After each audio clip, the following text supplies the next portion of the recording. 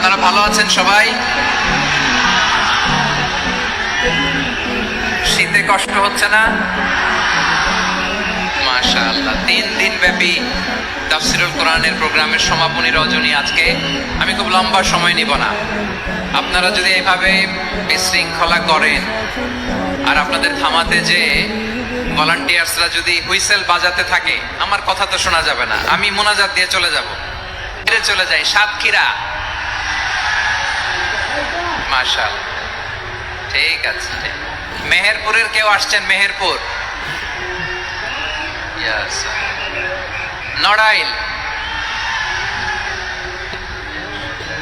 চুয়াডাঙ্গা, আল্লাহু আকবার। কুষ্টিয়া, মাগুরা, খুলনা জেলার খুলনা, এই খুলনা তো অনেক। বাগেরহাট, মাশাআল্লাহ। ঝিনাইদহ, ওরে আল্লাহ। ঠিক আছে, ঠিক আছে, ঠিক আছে। আমরা 3টা তাকবীর দিয়ে শুরু করব।